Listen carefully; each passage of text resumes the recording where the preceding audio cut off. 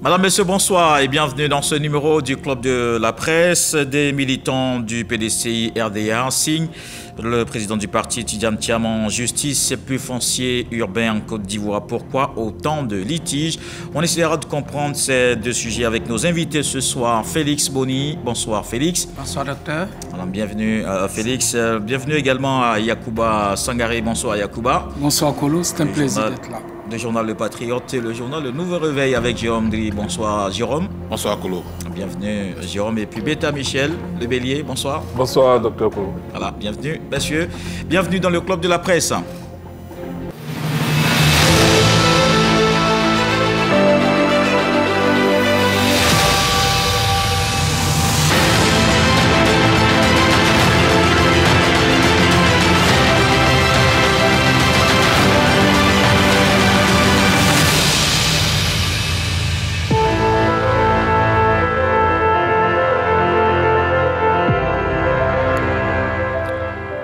Cette semaine des plaintes en justice contre le président du PDCI RDA, plusieurs raisons évoquées par les plaignants. On en débat juste après cet élément de Davis Soyo.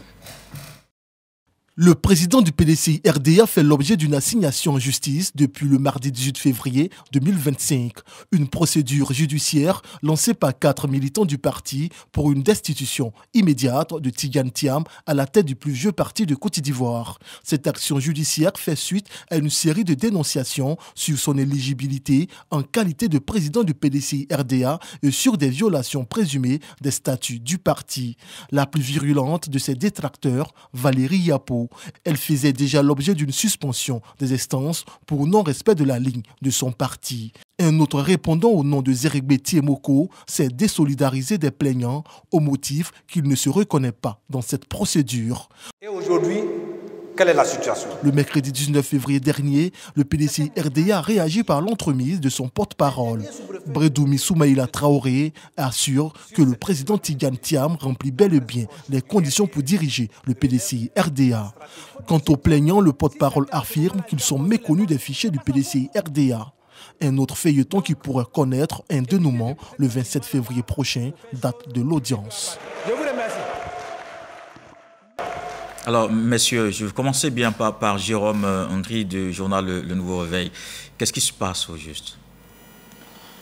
On dira simplement que peut-être c'est une tempête d'un verre d'eau. Il y a des militants, des individus se disant militants, se disant secrétaires généraux du PDCI RDA, qui, pour des raisons, que moi je pense pas vraiment soutenues, ont assigné le président du PDCI en justice. Mais dans le fond, dans la forme du dossier, c'est avéré que ces 4 personnes n'étaient pas dans les fichiers du PDCI en tant que des secrétaires généraux de section. Et moi, quand j'ai vu, par exemple, l'assignation, j'ai mis quelques doutes parce que dans l'assignation même, M. Zerigbe, on met secrétaire de section, sans préciser la section. Moi, déjà, ça m'a fait douter. Et je pense qu'avec la déclaration produite par le PDCI RDA, ça a confirmé ce que moi j'avais comme doute, puisqu'ils sont nés dans le fichier du PDCI RDA en tant que des secrétaires généraux de section. Et dans le fond du dossier, les statuts du PDCI RDA, de ce que je sais, ne prévoient pas la destitution d'un président qui est élu à un congrès. Donc, l'un mis dans l'autre, je pense que ce dossier-là est vraiment faible pour être soutenu devant un juge. Juste à côté, votre voisin Félix Boni. Mais je dirais que c'est très difficile maintenant de parler de l'actualité des partis politiques parce que la vérité à grand V est la chose la très moins partagée par les politiques et malheureusement, il faut pouvoir la dire pour qu'on puisse avancer. Et quand on regarde ce sujet, il faut faire le débat. Oui. Il faut faire le débat, malheureusement. Et je dirais que moi, je m'attendais plus ou moins à une procédure du genre parce que j'ai suivi un peu la conférence de presse faite par le porte-parole du PDCI RDA qui a tenté de faire un peu quelques amalgames en liant ceci à l'activité de Yopougon, tout. Par contre, moi, personnellement, en tant qu'analyste politique, journaliste, lorsque j'ai suivi le 7 février la sortie du président du PDCI RDA qui venait de déposer ses dossiers par rapport à la procédure de renonciation à sa nationalité, je me dis, attention, il y a problème.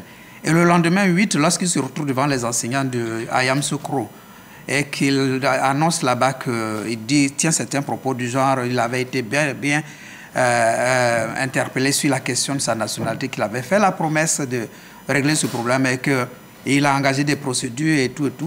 Je me dis, ben, si depuis décembre 2023, il ne l'a pas fait jusqu'à maintenant et qu'il dépose en février et que tout ce temps c'était dans les procédures, quelque part, s'il y a un problème. Parce que aujourd'hui, quoi qu'on dise, là où nous sommes assis sur ce plateau, le président du PDCI-RDA, c'est un Français. C'est un Français qui dirige un parti politique en Côte d'Ivoire. M. Tidiane Thiam est Français, d'origine ivoirienne. Et c'est ce Français d'origine ivoirienne qui dirige le PDCI-RDA et qui a pris le PDCI-RDA. Ça a un lien avec la plainte déposée par les... Si, ceux qui ont déposé les militants qui ont déposé la plainte, pour eux, je ne sais pas si c'est des militants ou pas, parce que cette histoire aussi, elle va finir par connaître un dénouement. Parce qu'en politique, tout est possible. Il peut s'agir aussi d'un autogol. Hein. Il faut que tout soit clarifié, parce que le monsieur Zérégbé Timoko, qui a parlé tantôt, dit qu'il a été commis par un certain Kouassi, et lui-même ne dit pas qui est ce Kouassi, qui n'est pas reconnu réellement par nulle part. Ici, tantôt, le camp Billon, maintenant, au niveau du parti même, on parle du RHDP qui veut encore les mélanger. Finalement, il y a beaucoup d'amalgame et il faut clarifier tout ceci.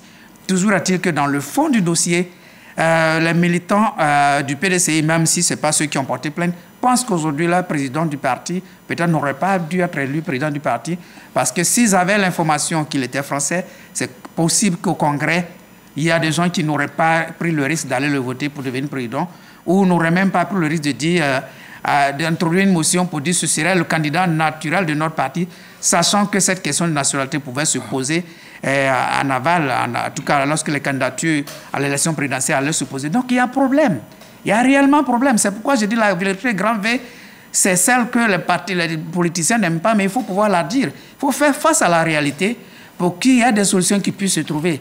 Et au niveau du PDCI, le dirigeant actuel devait pouvoir faire face aux réalités des problèmes. Peut-être ces plaintes sont une sorte d'interpellation, mais ça les interpelle à rentrer réellement dans la légalité, de sorte que les choses puissent se faire. Parce qu'au-delà du PDCI, il y aura la Côte d'Ivoire qui les regarde, il y aura les dossiers à déposer à la CEI, et à la CEI, on ne tiendra pas compte d'exception. Il n'y aura pas d'exception comme le comité électoral du PDCI certainement a dû le faire au congrès du 23 décembre passé. Yacouba Sangaré. Oui, moi je pense qu'il y a un vrai problème. C'est loin d'être une tempête dans un verre d'eau. Je pense que le PDCI traverse une zone de turbulence. Moi j'ai lu la demande d'assignation de ces 4 secrétaires de section du PDCI.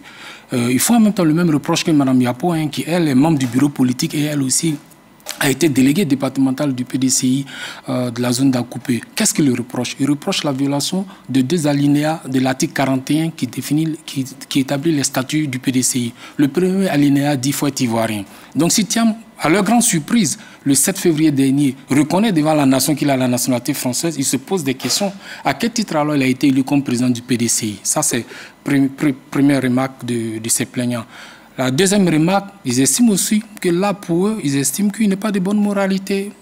Parce qu'ils estiment qu'ils ont été trompés, floués. C'est ce que Mme Yapo a dit. Parce qu'ils n'étaient pas au courant, justement, de cette question de sa double nationalité. Donc, voici les deux griefs fondamentaux que ces plaignants reprochent au président du PDCI. Moi, je pense qu'il ne faut pas les minimiser.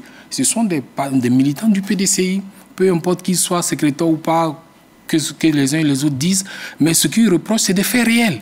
Les faits réels, c'est quoi? À l'état actuel des choses, le président d'un grand parti du Côte d'Ivoire comme le PDCI n'est pas éligible à l'élection présidentielle.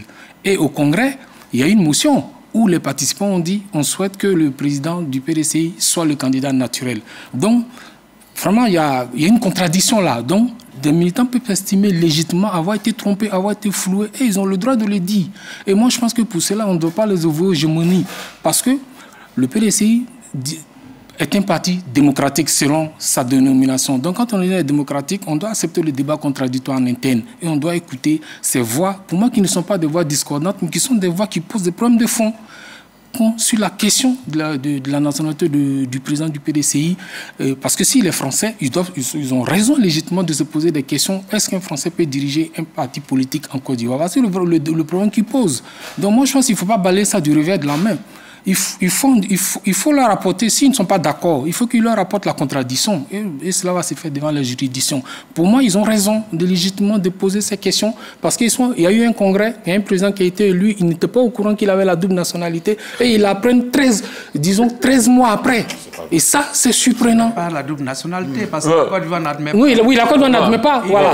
Il est français, voilà, merci. La Côte d'Ivoire n'admet pas la double nationalité. Et puis, deuxièmement, non, je voulais terminer.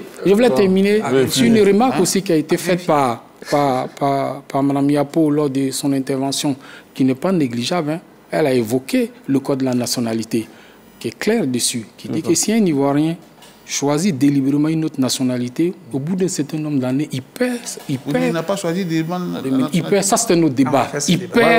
Il perd de facto sa nationalité ivoirienne. C'est pas le cas de Thiam. C'est le cas en ce moment. Thiam est français. Non, pardon. S'il vous plaît. Thiam est français. Laissez-moi parler. Laissez-le terminer. Thiam est français. Donc, moi, je pense que ceux qui défendent cette thèse, ils ont raison. Il y a un vrai problème au PDCI. Donc, il ne sert à rien de pratiquer la politique de l'autruche en minimisant ces plaintes-là, en faisant comme s'il n'avait rien. Il y a un vrai danger à l'horizon. Et le danger, c'est que Thiam court un grand risque de forclusion en termes de pouvoir être candidat à l'élection présidentielle. Ça, c'est pas vrai. Béta Michel? Oui, moi, je vois plutôt une tentative de déstabilisation politique plutôt qu'une véritable action juridique. Parce que moi, je me suis demandé, la première question que je me suis posée, quelle est la démarche que ces plaignants-là ont posée au sein du parti? Parce que le PDCI, c'est un parti politique. Si vous avez des grèves contre l'élection du président, vous pouvez faire une démarche au sein des organes dirigeants du parti pour avoir une réponse. Et ça n'a pas été fait? Ça n'a jamais été fait. Donc, je crois qu'en fait, ils sont dans une autre démarche qui n'est pas celle d'aider le PDCI. Parce que vous vous souvenez que le président Thiam a été élu à 98% de voix. Ça veut dire quoi pour les militants du PDCI? Ça veut dire que les militants du PDCI ont considéré qu'après 23 ans dans l'opposition, ils estiment qu'aujourd'hui, ils ont les atouts nécessaires pour arriver au pouvoir avec un Tidjane Thiam. Et là, ils se donnent les moyens. Moi, quand j'ai observé cette plainte-là, je suis arrivé à 3 conclusions. La première, d'abord, j'ai observé le cadre légal des partis politiques. J'ai vu un peu les éléments de leur assignation et la deuxième chose, les chances de succès de leur procédure. Le principe fondamental ici en Côte d'Ivoire, pour les partis politiques, c'est que l'État ne s'immisce pas dans la gestion quotidienne des partis politiques. À moins qu'il y ait un scandale ou bien des détournements qui font que l'État peut s'y mêler. Aujourd'hui, si vraiment leur plainte est reçue, la démarche qui leur sera demandée, bien entendu, ce serait d'aller au sein de leur parti pour porter leurs préoccupations. D'abord... Vous êtes déjà à la fin du procès? Non, parce qu'en fait, le procès devait débuter ainsi. C'est une question interne à un parti politique. Vous avez estimé que le président, à un certain moment... Bon, vous doutez de sa nationalité, parce que tout le monde sait que Tidjane Thiam a une double nationalité. Depuis toujours, lui, il l'a dit, tous les médias, il le dit. Donc aujourd'hui, on lui a posé la question, est-ce que tu es prêt à te débarrasser de l'autre nationalité? Parce que la candidature à la présidence de la République exige l'exclusivité d'une nationalité. Il a dit oui. Voilà, ça c'est pas... Ça, alors que le statut du PDCI dit qu'il faut être ivoirien. Donc il est ivoirien, il peut être président du PDCI. Ça, il n'y a pas de problème. Il est ivoirien, il peut être président du PDCI. Donc on arrive maintenant à la question de l'élection présidentielle. Mais il a dit qu'il aura le temps d'éliminer cette nationalité-là pour pouvoir être candidat à la présidence de la République. Mais parce que Sangaré, l'amalgame qu'il fait, il dit Thiam pourrait être folklore. À quel moment? L'élection du président de la République, c'est en octobre. Je suis en octobre et les dépôts de candidature, c'est en août. Donc, quand tu vois même tout ce qui est juridiquement opposable à Thiam, ça ne peut pas être après août. Donc, je veux dire qu'aujourd'hui, il faut qu'on comprenne une chose. Le PDCI, RDA et ses militants veulent revenir au pouvoir. Et ils ont considéré dans l'échiquier politique, dans la masse des cadres du PDCI, ils ont estimé que Tidjane Thiam peut les mener à cette bataille-là et ils veulent lui donner les moyens d'y arriver. Donc, ce n'est pas qu'on fasse un amalgame qui peut... Moi, souvent, quand les gens disent Tidjane Thiam peut être folklore, je dis, mais Ouattara même peut être folklore. Mais voilà quelqu'un qui, déjà en 2016, quand on faisait la Constitution, le ministre de la Justice dit, par n'importe quelle machine, il ne peut pas être candidat. Oui, mais on arrive en 2020, il est candidat. Donc si c'est pour les gens... Non, c'est pour dire... Non, comme il parle de forclusion, je vais lui rappeler que si c'est pour les forclusions, tout le monde peut être folklore. Voilà. Je voulais juste... Oui, voilà. Vraiment, une réaction de Sangaré. 2 minutes. Non, il n'y a pas de passion. Je voulais juste faire une précision assez... Moi, je l'ai dit en toute lucidité en observant le calendrier électoral. La liste électorale provisoire sera affichée en mars, déjà en mi-mars, et pour qu'il y ait le contentieux. Alors, ensuite, en juin, on aura la liste définitive de la liste électorale. Et le parrainage doit commencer fin juin pour terminer fin août, avant qu'on ne commence le dépôt des candidatures. Or, la procédure que M. Thiam vient d'entamer le 7 février... Non, il n'a pas entamé le 7. Bon, il a fait la déclaration officiellement le 7. C'est ce que nous avons... En fait, il a... 2 minutes. Vous allez avoir la parole. Ne vous inquiétez pas, Jérôme. L'opinion nationale a pris connaissance de la démarche de M. Thiam le 7 février. Voilà, l'histoire est un témoignage et les éléments vidéo existent, il a fait la déclaration. Et il a même dit dans la déclaration, je viens d'entamer la procédure. Donc si on s'en tient à cette date, c'est une procédure qui est longue, qui peut prendre au bas mot 6 mois. Donc si on fait un petit calcul... Au maximum 6 mois. Bon, si vous voulez, au maximum 6 mois, mais on est en février. Ça veut dire que s'il finit tôt, c'est en août. En août, c'est en juin. Si tu es en février... Non, mais ça, tu fais des... Non, j'analyse le calendrier. Chacun aura... Non, mais février à 6 mois, c'est pas août, c'est juin. Péta, vous allez parler ensuite. Péta. C'est au maximum 6 Qui ça, mois. c'est au maximum? Non, mais c'est les tests. Tu as lu les textes? J'ai lu les tests. C'est au moins 6 mois. Au moins 6 mois. Non, parce qu'après 6 mois, si la demande n'est pas répondue, c'est effectif. C'est ce qu'elle dit. Péta. Ensuite, tu n'as pas lu. Tu n'as pas lu. S'il vous plaît, laissez terminer. Laissez Yacouba terminer. Non, laissez Yacouba terminer. Écoutez. Non, s'il vous plaît. C'est pas une procédure qui se déroule comme on envoyait une lettre à la poste. Il y a deux procédures. Mais c'est il faut préciser. Mais laissez-le terminer, monsieur. Laissez-le terminer. Avant qu'on en arrive à la procédure finale. Parce que quand on est français, on bénéficie de certains privilèges et quand on n'est pas français, on ne les a pas. Il y a tout ça qu'il faut analyser. Et puis 2 minutes. Mais Jérôme, termine. Je vais dire que la procédure, je ne vais pas être trop long, la procédure va prendre au bas mot au moins 6 mois. Donc quand on regarde mathématiquement, ça dit jusqu'en août, c'est peut-être août. Mais quand on en arrive en août, c'est la fin des parrainages. Il est déjà fort clos. Donc je vais dire qu'il y a un risque réel. Et ça c'est de la responsabilité de M. Thiam. M. Thiam a pris la présidence du PDCI le 22 décembre 2023. Ça lui coûtait quoi d'enclencher cette procédure au cours de l'année 2024. Donc, Jérôme, encore une fois, c'est vous qui arrêtez. Au cours de l'année 2024. Pourquoi attendre qu'il reste 8 mois de la présidentielle pour faire l'annonce? Donc ça sème légitimement le doute dans l'esprit des militants du PDCI. Donc, ils ont raison de se poser des questions. Et ça, c'est légitime. On ne peut pas leur nier ça. Et c'est pour ça qu'il faut respecter l'esprit du PDCI. C'est un parti démocratique. Il faut accepter que des gens aient des doutes, ils se posent des questions. Si on ne l'accepte pas, c'est que ce n'est plus un parti démocratique. On veut revenir à une sorte de pensée unique au sein du PDCI. Non, on a le devoir de les rassurer. C'est ce que nous faisons. Péta, c'est pas encore vous. Jérôme. Permettez-moi de faire des précisions pour que vraiment Sangaré puisse comprendre. Allez-y. Parce que les thèses du PDCRDA, les conditions pour être président au PDCRDA ne sont pas les mêmes conditions pour être président de la République. Là-bas, on dit qu'il faut être ivoirien. Ce qui est un paradoxe. Il faut être ivoirien. On n'a pas dit qu'il faut être exclusivement ivoirien. Même pour être secrétaire exécutif, la condition dit là-bas, il faut être ivoirien. Il faut être exclusivement ivoirien, ce n'est pas dit. Donc, il ne faut pas faire l'amalgame. Quand tu dis, par exemple, il a trompé. Non, aucun militant n'a été trompé. On dit qu'il faut être ivoirien. C'est-à-dire que si moi, je suis togolais, que je peux prouver par une nationalité ivoirienne, je peux être président du PDCRDA. On n'a pas d'être exclusivement. Parce que vous prenez, les gens transportent ce qui est dit dans la constitution. Non, le PDCRDA a ses conditions pour être président. Et le test, au niveau de la loi, les conditions pour être président de la République. Il faut être ivoirien. Même, on va plus loin, il faut être ivoirien. Donc, le président Thiam était ivoirien. Il a prouvé qu'il était ivoirien. Il a déposé sa candidature. Il a été élu à près de 97%. Maintenant, on vient à la présidence de la République. Là-bas, on faut exclusivement ivoirien. Mais il entame une procédure. Lui-même, il a dit à Yamoussoukro. Il ne sait pas pourquoi vous voulez interpréter ce qu'il a dit. Il a dit, est-ce qu'une telle procédure, selon vous, on peut entamer ça en 4 jours? Il a même dit depuis 2 ans, la procédure est entamée. Mais quand Sangaré vient dire que c'est le 8 qu'il allait déposer, il n'a jamais dit qu'il a déposé le 8. Il a même expliqué il n'a pas déposé, c'est pas le 8, c'est pas le 7 qu'il a commencé, il a expliqué. Le concerné même explique. Et puis vous interprétez. Bon, moi, je n'arrive pas à comprendre. Le concerné explique. Il dit, j'ai entamé une procédure depuis longtemps. Donc, Moi, je pense que Sangaré, il faudrait qu'on arrête les spéculations, il sera folklore. Non. Parce que pour l'acquisition de la nationalité, le conseil juridique a expliqué la dernière fois, il dit que ce n'est pas hérédité. Voilà. Il y a le cas par hérédité et puis par acquisition. Voilà. Tiens, mais dans le cas par hérédité. Donc là, va revoir les conditions. Non, le concerné dit c'est ce qui est. Toi, tu dis non, c'est pas ça. Vraiment, moi, je n'arrive pas à comprendre. Ok. Alors, Félix Boni d'abord. Oui, moi, Félix. Je dire ce qui est, c'est-à-dire le concerné dit. Mais justement, c'est ce que le concerné dit qui inquiète quand même. Voilà.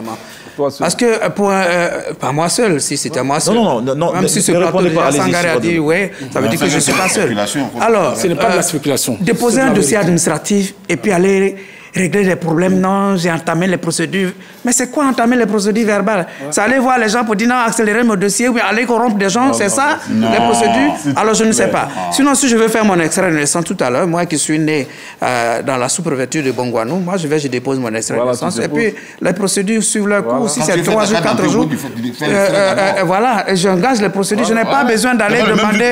Je n'ai pas besoin d'aller chercher à connaître le sous-préfet pour lui dire monsieur le sous-préfet.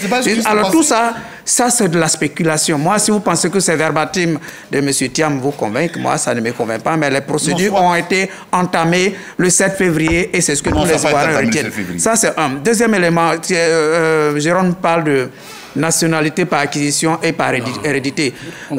Encore la famille Thiam, le gouverneur, le ministre-gouverneur Augustin Thiam dit ceci que M. Thiam a reçu. S'il vous plaît. C'est encore disponible. Au moment où je parle, Félix, continue. Au moment où je parle, c'est encore disponible sur sa page Facebook et il explique comment son cadet, son Benjamin, a eu la nationalité à 19 ans par son père pour pouvoir avoir des diplômes français et tout le reste, évidemment pour bénéficier des avantages de la nationalité à 19 ans. À 19 ans, oui, à l'époque. Jérôme, s'il vous plaît. Mais après, non, laissez-le terminer. M. Thiam aujourd'hui a 62 ans. Quand on a eu une nationalité à 19 ans et qu'on a dû profiter pendant près d'une quarantaine d'années et qu'on n'a pas nationalité, on n'a pas renoncer, ça veut dire qu'on a joui de cette nationalité, on en a bien profité. Et quelqu'un disait tantôt tout à l'heure qu'il a toujours dit sur les plateaux qu'il a la double nationalité. Non, les débats sont là. Alors aujourd'hui, tout est vérifié partout et c'est toujours réclamé français. Dans tous ces actes, c'est le français. Tidiane Thiam qui parlait. Il n'a jamais dit c'est l'Ivoirien français, c'est le français. Tidiane Thiam qui est rentré à Prudential, qui est rentré à Crédit Suisse. C'est des postes qui sont destinés à des nationaux, à des Européens, pas à des Africains. Et il a occupé des postes en profitant de sa nationalité française. Ça, c'est également quelque chose qu'il faut savoir. Tout à l'heure, Jérôme me soufflait à l'oreille en disant comment il a fait pour s'inscrire sur la liste électorale. Je précise que la publication de la liste provisoire va se faire en mars. Je dis bien la liste provisoire. Alors, sur cette liste provisoire, on verra si M. Tidiane Thiam figure là-dessus. Et même s'il figure sur la liste provisoire, je précise, M. Jérôme, qu'il y a possibilité de contestation de son inscription sur la liste provisoire par quelques Ivoiriens, que ce soit en fournissant les preuves. C'est ce que les militants du PDCI sont en train de faire aujourd'hui. N'oublions pas que quand, par exemple, Mme Valérie Apo a décidé de porter plainte, elle va porter plainte bientôt. Elle est membre du bureau politique, elle a été déléguée du PDCI, elle dit qu'elle ne reconnaît même pas le président du parti qui a été élu dans des conditions... Elle ne reconnaît pas le conseil de discipline, c'est les raisons pour lesquelles elle n'a pas voulu y être. Et quand vous dites qu'il a été élu à 96%, c'est 96%, non 98% s'il vous plaît. Vos chiffres disent 98%. Je dis après les 98%. Alors c'est 96, quelque chose %. Et les 96%, c'est les 96% des congressistes présents. Et je précise encore, si ces congressistes avaient l'information qu'on a aujourd'hui, qu'il a lui-même donnée à partir du 7 février, je suis persuadé qu'on ne serait pas à ces 98%. Et il n'y aurait pas eu cette motion introduite qui dit que le président du parti est le candidat naturel parce qu'il y a l'hypothèque sur sa candidature. Au moment où nous parlons, M. Thiam est français. Mais est-ce que ce n'est pas une pratique au PDCI que de désigner, que de demander mais justement, au président du parti d'être candidat d'office? C'est pourquoi les militants n'auraient pas élu quelqu'un dont il y a problème sur la candidature. Mais tu ne parles pas de militants, Félix. Il faut préciser quelque chose tout à l'heure. Précisons quelque chose. Mais les militants ne sont pas idiots. S'ils ont l'information, ils ne se seraient pas... On est bien d'accord. C'est des militants, ce n'est pas les militants. Oui, je pense qu'il est d'accord avec ça. Allez-y, Félix. si les militants PDCI, je dis bien, je parle du français, si les militants PDCI avaient un certain nombre de formations comme celles dont ils disposent aujourd'hui, je pense qu'ils n'auraient pas agi certainement dans le sens où ils sont partis le 23 décembre 2023. Deuxième élément de précision que je voudrais faire, ne mentons pas aux Ivoiriens. Tout le monde peut aller sur le site du ministère de l'Intérieur français pour savoir quelles sont les dispositions pour pouvoir renoncer à sa nationalité. Et c'est écrit que 6 mois après, si on ne vous a pas donné une note de rejet, ça veut dire que votre dossier est pris en compte. Ça veut dire que le traitement du dossier continue. Et le traitement du dossier, c'est bien mis noir sur blanc que ça peut prendre jusqu'au-delà de plus d'1 an. Mais même si ce n'était pas le cas, je vous précise également que les dépôts de candidature commencent en juillet. Expliquez les deux cas aux Ivoiriens. Non, vous avez la parole pour le faire. En juillet, et qu'au moment où nous parlons aujourd'hui, présentement là, M. Tidjane Thiam n'est pas éligible à l'élection présidentielle en Côte d'Ivoire. Mais tu dis maintenant, c'est pas l'élection présidentielle maintenant. Les PDCI doivent le savoir. Quand on est en pré-campagne, on ne devait pas avoir ces soucis. Merci Félix. Beta d'abord. Tu sais, ce qui me chagrine un peu, je me remémore un peu en 80, je pense que c'est en 82, si j'ai bonne mémoire, on devait avoir 8 ans quand on nous présentait Tidjane Thiam à la télévision. Comme le premier Ivoirien a accédé à un prestigieux établissement en français. Le premier Ivoirien, après de 17 ans, je crois. Mais vous voyez, quand on est arrivé à cela... Ivoirien d'origine. Non, s'il te plaît, on dit Ivoirien. Oh, Félix, mais pourquoi tu veux banaliser? Mais Beta, continuez. Non, pour dire quoi? Pour nous autres. Oui, mais nous sommes... Jérôme, il n'était pas français à cette époque. Non, s'il te plaît. Non, on dit le premier Ivoirien. Moi, je veux qu'on se remémore ces faits-là. C'est historique et c'est fort pour la Côte d'Ivoire. Moi, c'est pourquoi je me suis dit, aujourd'hui, après de 50 ans, je dis, je vais donner tout ce que je suis pour que Tidjane Thiam apporte toute cette intelligence qu'il a glanée au niveau international à cette Côte d'Ivoire-là. Parce qu'il ne faut pas l'oublier. Tidjane Thiam, pour ceux qui de notre génération, c'est quelqu'un qui a marqué l'histoire de la Côte d'Ivoire. Et la Côte d'Ivoire, Attends, tu n'étais pas dans ce pays-là peut-être. Sinon nous, en 1982 déjà, on nous présentait Tidjane Thiam. C'est ça, tu veux me faire quoi? À cette allure, vous n'allez pas continuer. Non, je vais finir. Je vais conclure. Je vais conclure si tu permets. Non, c'est pour dire quoi? C'est pour dire qu'aujourd'hui, on ne peut pas parler de la nationalité de Tidjane Thiam et puis lui dénier le droit d'être ivoirien. Ça, c'est tellement écœurant. Pour tous ceux qui... Moi, je pense qu'aujourd'hui, moi, je suis écœuré, même sur le plateau. Mais attends, de quoi parlons-nous? On parle de Tidjane Thiam, mais depuis 82, quand nous, on était encore gosses, on nous le présentait comme étant le premier Ivoirien à céder à la Polytechnique. Donc, faut pas l'oublier, c'est la mémoire de la Côte d'Ivoire. Et maintenant, je conclue, je dis quoi? Non, Jérôme, vous allez ajouter. Je conclue là pour dire quoi? Pour dire qu'aujourd'hui, je crois que les Ivoiriens ont plus à espérer de notre pays que ces débats de nationalité qui nous ont menés dans des tournures qui n'ont fait que fragiliser l'unité de ce pays-là, qui n'ont fait que nous détruire, qui n'ont fait que nous emmerder à nous mêler dans des schémas qui n'ont même pas servi nos populations. Donc aujourd'hui, je pense qu'il faut donner la voix, la vision de cet homme-là à la Côte d'Ivoire, parce que c'est ce qui est le plus important et c'est ce qu'il répète toujours dans ses discours, c'est-à-dire qu'est-ce qu'il veut apporter à la Côte d'Ivoire. Et c'est sur ça, je pense qu'il faut s'attendre. L'additif de Jérôme d'abord. Oui. Je voulais même souligner que même le président Ouattara, il s'est honoré à certains grands sommets de présenter Tidjane Thiam comme un Ivoirien brillant. Mais aujourd'hui, tu parles de sa nationalité comme si c'était tout ça. Savez-vous, il ne peut pas être éligible. Savez-vous, il y a combien d'Ivoiriens brillants qui travaillent hors de la Côte d'Ivoire dans 2 institutions? Et tu les félicite pas. Et tu les félicite pas quand tu les découvres. Quand tu les découvres, tu les félicite pas. Quand tu les découvres, tu les félicite pas. Non, je pense que nous n'en sommes pas là. Il ne faut pas dévier le débat. D'accord, vous allez terminer tout à l'heure. Je pense qu'il ne faut pas qu'on sorte du débat. Le débat, ce n'est pas sur le pédigré de M. Tidjane Thiam. Le débat, c'est qu'on est à 8 mois de l'élection présidentielle. Il se trouve que M. Tidjane Thiam, en l'état actuel, ne peut pas être éligible. Pourquoi tu parles de l'état actuel? L'état actuel, ce n'est pas le dépôt de candidature. Laisse-moi. Mais cet amalgame est dangereux. Ce n'est pas un amalgame, c'est un fait. Nous sommes des journalistes, on parle sur des faits. Et c'est un fait, ce n'est pas un amalgame. Rectificatif. C'est un fait. Rectificatif. C'est un fait. Oui, non. C'est un fait. Je peux te dire aussi qu'à l'état actuel, à l'état Personne n'est actuel. candidat. Jérôme, vous avez demandé, Jérôme Gris. Non, je vais te dire qu'il ne faut pas prendre le temps actuel, parce qu'il y a les choses en octobre. Mais vous les laissez terminer. Vous les laissez terminer d'abord. Jérôme, le RHDP n'est pas le sujet du débat. Le sujet du débat, c'est M. Tidjane Thiam, suite à la plainte qui a été portée contre lui par des militants du PDCI, qui avancent. Mais je le dis toujours. Je pense que vous êtes un peu dans l'euphorie et vous ne voulez pas regarder avec beaucoup de sérénité et de lucidité la situation en face. Il y a un fait. Il y a un fait. Ne minimisez pas ces militants qui se plaignent. Ces militants, c'est la voix qu'ils portent. S'il vous plaît, Jérôme. Mais ils sont connus, les quatre qui ont porté la plainte. Madame Yapo, quand même, elle est membre du bureau politique, elle a été déléguée d'Acoupé. Ça veut dire que c'est une responsable de l'appareil du PDCI. C'est pas n'importe qui. Donc ces militants-là, la voix qu'ils portent aujourd'hui, il y a beaucoup de militants qui ne parlent pas, mais qui portent même cette voix, qui ont même ces mêmes interrogations. Il y a un fait qui est là. Vous avez un président qui, en l'état actuel, n'est pas éligible. Et la question que ça pose, il a été élu... Non, mais c'est le thème état actuel, là. S'il vous plaît. Oui, puisqu'il n'est pas exclusivement ivoirien en ce moment. Donc, du coup, il ne peut pas prétendre dire que je suis le candidat à l'élection présidentielle. Donc, mais les choses se battent demain. Oui, l'état actuel. Oui, mais... Je peux te dire aussi qu'à l'état actuel, qu'on appelle ça, le FPI n'a pas de candidat.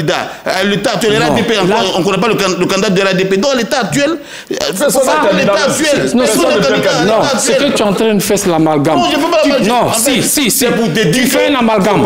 Tu fais un amalgame entre... Attention, tu fais un amalgame entre la désignation de quelqu'un qui remplit déjà les conditions. 2 minutes.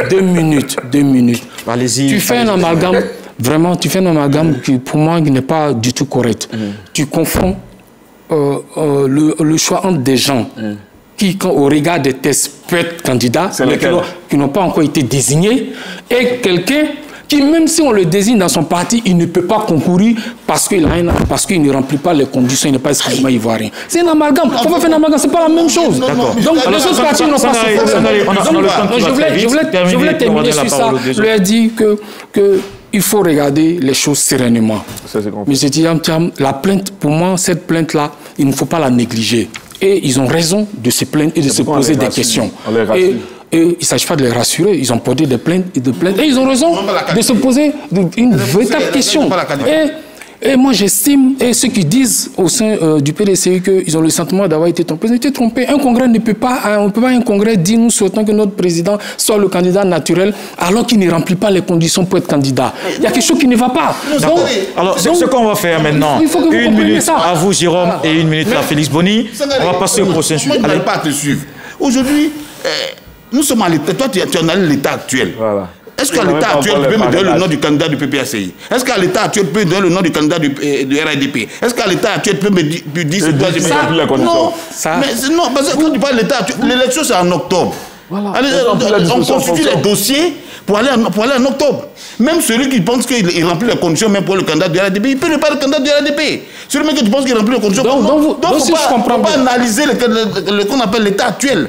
Donc tu sous-entends que M. Tidjane Thiam ne peut pas être non, je n'ai jamais dit ça. Il y a une convention d'investiture du candidat. Mais attends, la convention d'investiture du candidat, le président doit investir sur son candidat. On dit comme partout, dans tous les partis politiques. D'accord, c'est noté ça. C'est le candidat du parti. Le président du parti est le candidat naturel. Ça, c'est dans tous les partis politiques. D'accord. Merci, Jérôme. Mais il ne faut pas analyser l'état actuel pour dire non, à l'état actuel, il ne peut pas être candidat. Non. L'état actuel, ce n'est pas demain. Ce n'est pas après-demain. Merci, Jérôme. C'est les faits. Félix. Non, mais non. C'est les faits. Non, c'est pas les faits. C'est les faits. Non, c'est les faits. La parole, c'est moi maintenant. C'est Félix. C'est les faits. L'adage dit qu'il veut aller loin maintenant, ça monture. C'est-à-dire, quand on veut atteindre un but, on commence par se préparer dès maintenant. On parle de l'état actuel. À l'état actuel, il faut reconnaître une chose, M. Tidjane Thiam est français. Et à l'état actuel, sa candidature à l'élection présidentielle de 2025 est assujettie à la volonté de la France, à la procédure, à la décision du ministère des Affaires français. C'est-à-dire, ce n'est pas le fait d'avoir déposé ce dossier le 7 février qui dit que... Allez-y, quand on dit entamer, quand on dit dépôt, je ne sais plus quel verbe on va utiliser. Bon, ce n'est pas le fait que ces dossiers soient, je ne sais pas, mis à la chancellerie à Abidjan qui fait que sa nationalité, il a renoncé à sa nationalité. Dans tous les cas, si c'était une affaire de nationalité par hérédité, peut-être n'aurait pas cherché à renoncer à sa nationalité. S'il n'y avait pas de problème, M. Thiam n'allait pas aller chercher à renoncer à sa nationalité française. S'il cherche à renoncer, c'est qu'il y a un problème. Donc, sa situation... Aujourd'hui, son éligibilité est assujettie à la France. Ça, c'est clair. Deuxième élément, je termine sur cet élément. Vous n'allez pas me dire qu'il n'y a pas de crainte aujourd'hui au PDCI-RDA. Si. Il y a des craintes au PDCI-RDA et les gens s'interrogent, les gens ont peur et se disent, est-ce qu'avec M. Thiam, nous pourrions aller jusqu'au bout? Ils se posent la question. Il y a des peurs dans les... Vous n'avez pas fait le même sondage, donc il y a des peurs dans les ventes. Nous tous, on est Ivoiriens, on est des familles, on a des membres de famille dans tous les partis politiques. Ce qui se dit, vous les entendez bien. Je dis bien, la vérité grand V et la bonne foi, ce n'est pas la chose la mieux partagée par les politiciens. Et c'est la raison pour laquelle, lorsqu'on est adossé à un homme politique, à un parti politique, je suis persuadé qu'on défend forcément des opinions qu'on est obligé de convaincre les gens sur certaines choses qui sont très difficiles. Mais les militants du PDC ont la peur au ventre. Et je suis persuadé que ces procédures engagées là, dans les semaines à venir, vont vraiment donner, il y aura suffisamment d'écho. Parce qu'au fur et à mesure, les gens vont chercher à avoir quelqu'un à la tête de leur parti. Merci Félix. Mais il y a une dernière réaction, et celle-là, c'est Beta. Pourtant, on avait terminé. Non, tu as dit... Avant de donner la parole à Beta, s'il te plaît, en 5 secondes, des échos même, lorsque hier soir, j'ai eu des échos de ce que même les vieux du PDCI-RDA aujourd'hui sont en train de prendre des dispositions parce qu'ils se sont sentis perdus. Je pense que... En 30 secondes, Beta. Beta, qu'on s'entende. Non, Jérôme, je ne parle pas sur la base. Si vous relancez, je vous arrache la parole. Non, j'ai fini. Jérôme, s'il vous plaît. Je disais tantôt à Félix. Allez-y. Je suis journaliste. Non, Félix et Jérôme, s'il vous plaît. Ou bien on passe au prochain. On passe au prochain. Félix évoque. Allez-y. Il a du devoir du PDCI. Ou bien on passe au prochain sujet. On s'arrête là. Non, j'ai fini. Il a du devoir des responsables du parti de rassurer ceux que tu penses qu'ils ont les craintes. Et je pense que le conseil juridique l'a fait en indiquant que Tidjane Thiam n'a pas de problème d'inéligibilité. Il faut qu'on le comprenne. C'est vrai que c'est une procédure. Bon, d'accord, vous allez relancer le débat. Merci, messieurs, c'est bon. Vous l'avez déjà dit. Et voici une affaire. Voici une affaire qui concerne plus d'un. Ces conflits fonciers latents qui ressortent depuis peu. Comment comprendre la situation d'Evi Soyo? Et on se retrouve juste après. Le foncier urbain en Côte d'Ivoire est depuis quelques semaines au cœur des débats. Spoliation, tromperie, controverse, corruption, complicité et détresse constituent la trame des récits des plaignants. Ces derniers pointent du doigt des mains obscures qui les empêchent de jouir de leur propriété. Selon les victimes, cette bande qualifiée de mafia du foncier frapperait sur plusieurs sites du Grand Abidjan, notamment celui de Diorobité et Bessikoa. Elles vont même plus loin pour parler de bandes soigneusement organisées qui auraient des complices au sein du ministère en charge de la construction. En réponse, le ministère de la Construction, du Logement et de l'Urbanisme dit être fidèle à son engagement pour la transparence et la rigueur dans la gestion du foncier urbain. Les droits que vous aviez. Le ministre Bruno Nabagné-Koné a ordonné depuis le lundi 10 février 2025 l'ouverture d'une enquête interne approfondie afin d'établir les faits et d'identifier les éventuelles responsabilités. En attendant, les expropriés rêvent de rentrer en possession de leurs biens. Alors, je vais commencer par Beta, Michel, sur ce sujet. Qu'est-ce qui se passe au juste avec, certainement ces conflits, peut-être qui font surface alors qu'il y a cette réforme qui est en cours. Elle a peut-être, il faut le rappeler, 2 mois. Moi, je constate avec amertume que les conflits fonciers sont récurrents et malheureusement, sous le régime RHDP, ça a pris plus d'ampleur. Ça a pris plus d'ampleur. Beaucoup de personnes, aujourd'hui, on découvre, beaucoup de personnes sont expropriées de leurs droits coutumiers et fonciers. Moi, il ne faut pas se le cacher. Les conflits fonciers représentent, pour ne pas se voiler la face, une bombe sociale. Parce qu'il faut pouvoir, pour le régime en place, il faut pouvoir concilier droits coutumiers, modernisation du cadastre et puis aussi réalité juridique. C'est peut-être la réponse avec l'ADU? Non. Tu sais, moi, quand j'observe un peu l'attitude du ministre, j'ai dit, mais attends, c'est à quoi que le ministre se rend compte aujourd'hui que son ministère est assez miné par ces querelles-là? Il a un service contentieux, il reçoit les plaintes. Ces plaintes-là, elles sont déposées sur son cabinet. Il les connaît. C'est pas aujourd'hui qu'il va nous parler d'enquête interne. Il n'en a pas fait depuis. je ne veux pas rentrer dans cela. Je dis, moi, je veux regarder un peu la souffrance de ces populations-là qui sont victimes de corruption, de cupidité de certaines personnalités, de certaines personnes. Et je pense que s'ils ont un regard, c'est vers le ministre. Mais je vois que le ministre même fait d'ignorer les réalités de son ministère. Parce que si c'est aujourd'hui que le ministre veut faire une enquête interne, je crois que nous sommes mal barrés. Voilà. Yacouba? Non, moi, je ne partage pas totalement ce qu'il vient de dire.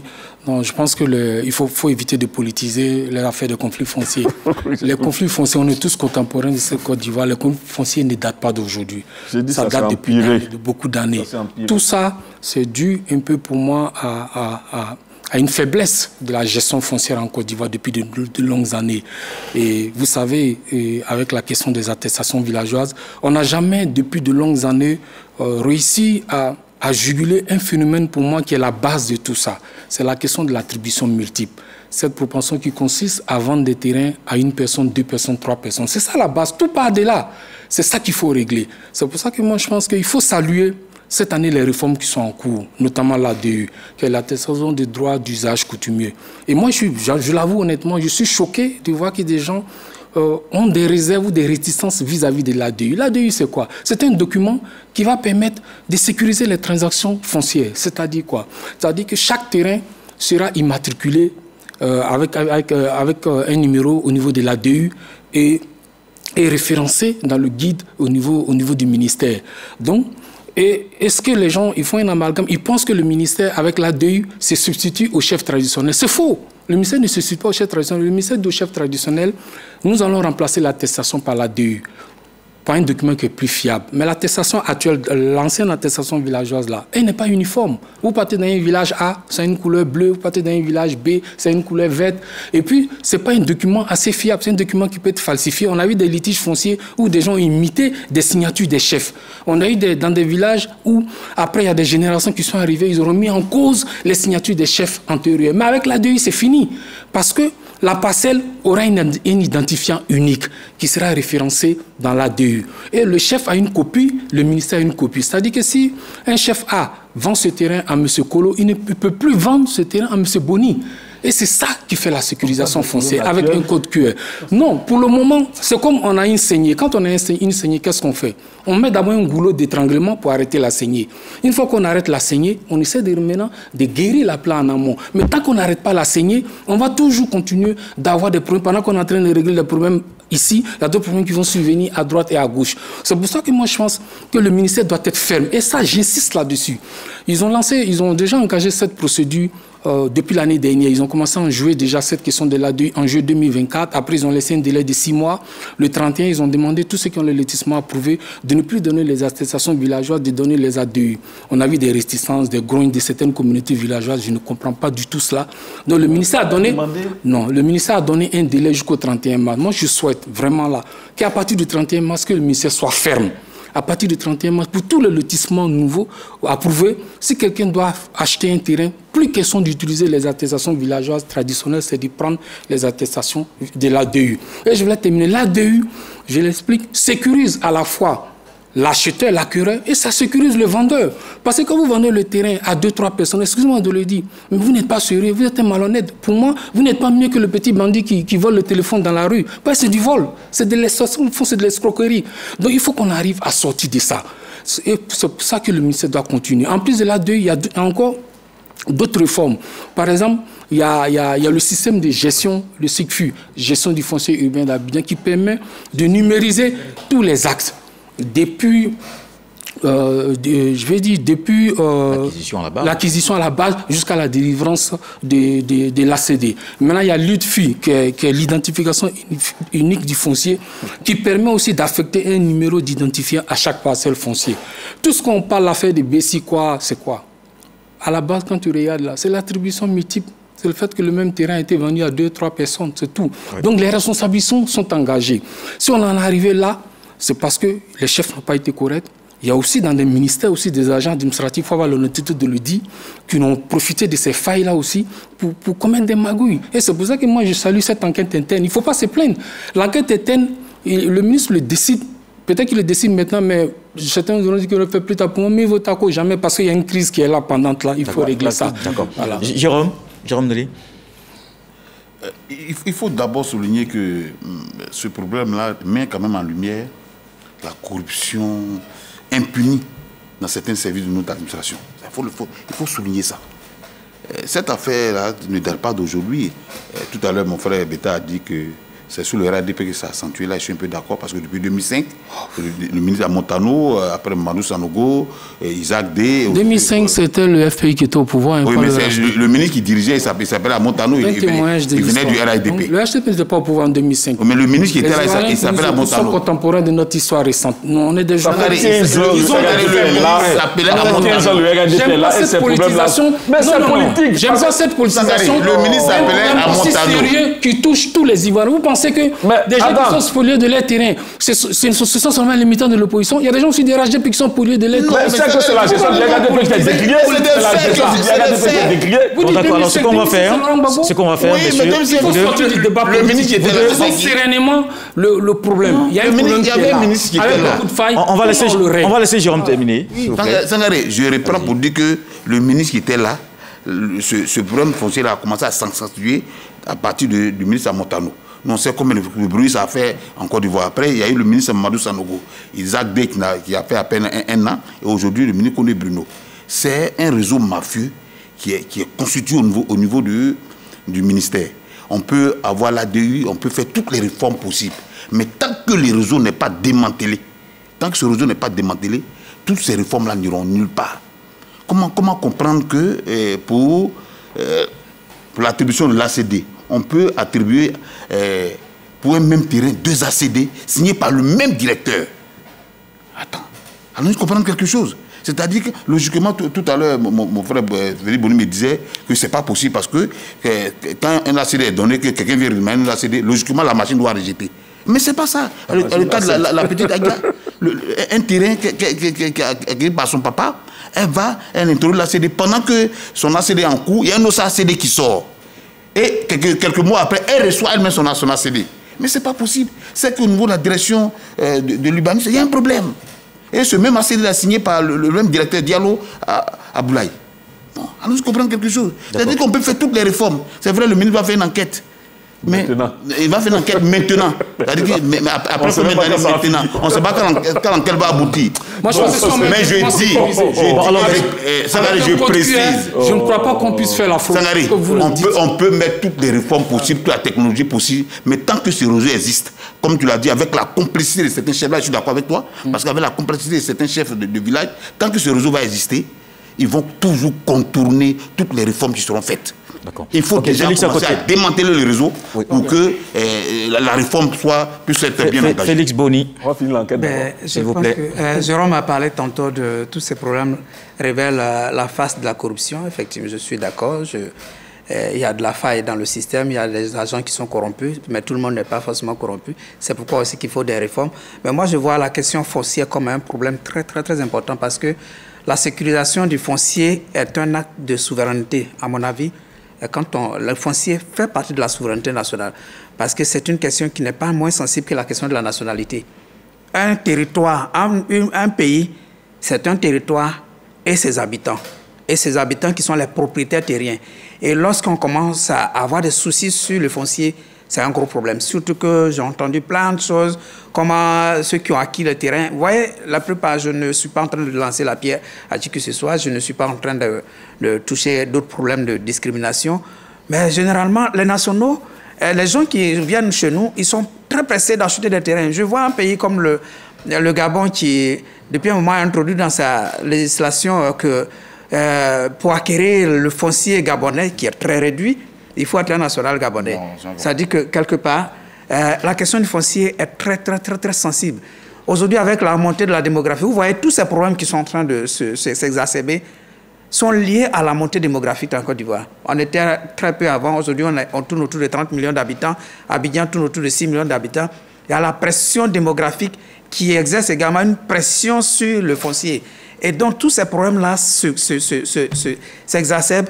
Et ça met davantage les ministères de la construction, en tout cas ceux qui ont en charge la question foncière, en difficulté. Il faut comprendre, et je suis formel sur les questions de réforme, je suis d'accord parce que au niveau de l'identité ivoirienne, il a fallu qu'on fasse une certaine réforme, qu'il y ait ce qu'on appelle la NNI, c'est-à-dire le numéro unique, l'identifiant unique, pour permettre de régler ces problèmes. Et c'est ce qui est en train de se faire aujourd'hui au niveau de l'ADU. Je crois que cette question de l'ADU, il faut la prendre au sérieux. Parce que là où il y a trop de manipulation humaine, il y a toujours la fraude et la corruption. Plus il y aura moins de manipulation humaine et que les machines joueront leur rôle. C'est pourquoi je n'ai pas compris lorsqu'il m'a dit qu'il y a le même directeur à signer 2 ACD. Parce que lorsqu'il y a un ACD en cours, lorsque quelqu'un vient introduire une requête, réellement, ce qui se fait au niveau du ministère, les machines indiquent qu'il y a un ACD en cours et ça ne marche pas. Et donc, je suis un peu surpris. Mais je crois que c'est tout ça là qui a poussé le ministère à faire un communiqué d'une enquête interne. Alors, ce qu'on attend du ministère, c'est que cette enquête aboutisse et qu'on ait vraiment à situer des responsabilités.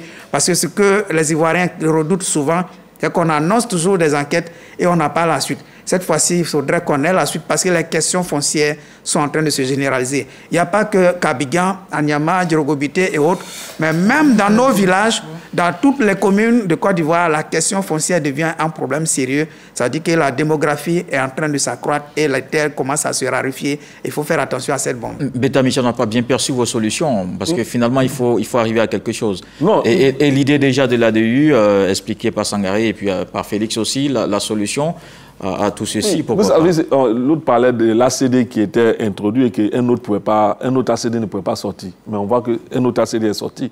C'est que les réformes qui sont entreprises, il ne faut pas se le cacher, ce sont des hommes. Ces hommes-là, avec l'expérience qu'on a aujourd'hui de ce ministère-là, moi, je crois qu'il faut tirer la sonnette d'alarme. Ce ministère-là, je ne sais pas s'il faut... Bon, moi, je pourrais même dire aujourd'hui, il faut que le ministre aussi soit suffisamment... il puisse assumer suffisamment sa responsabilité dans tout ce qui sévit au sein de son département. D'aucuns demandent sa démission, je ne veux pas jusque-là, mais je pense qu'il faut un acte fort pour que les Ivoiriens comprennent qu'il a pris la mesure de tout ce qui se passe dans son département. Parce que son département a été décrié depuis longtemps. Aujourd'hui, c'est parce que les réseaux sociaux se sont emparés. Sinon, le ministère de la Constitution, chaque fois que nous on fait des dossiers, quand on fait des enquêtes, il est indexé. Même au niveau Voilà, vous parlez du ministère, hein. Vous ne faites pas de fixation sur les... Non, je parle du ministère. Je parle du ministère. Même au niveau de la chambre administrative, qui règle les problèmes coutumiers au niveau des décisions des chefs. Tous ces départements-là, il faut que la lumière soit faite là-bas. Jérôme, sur la solution. Hein. Voilà, la solution, c'est... J'ai approché un chef à Tian.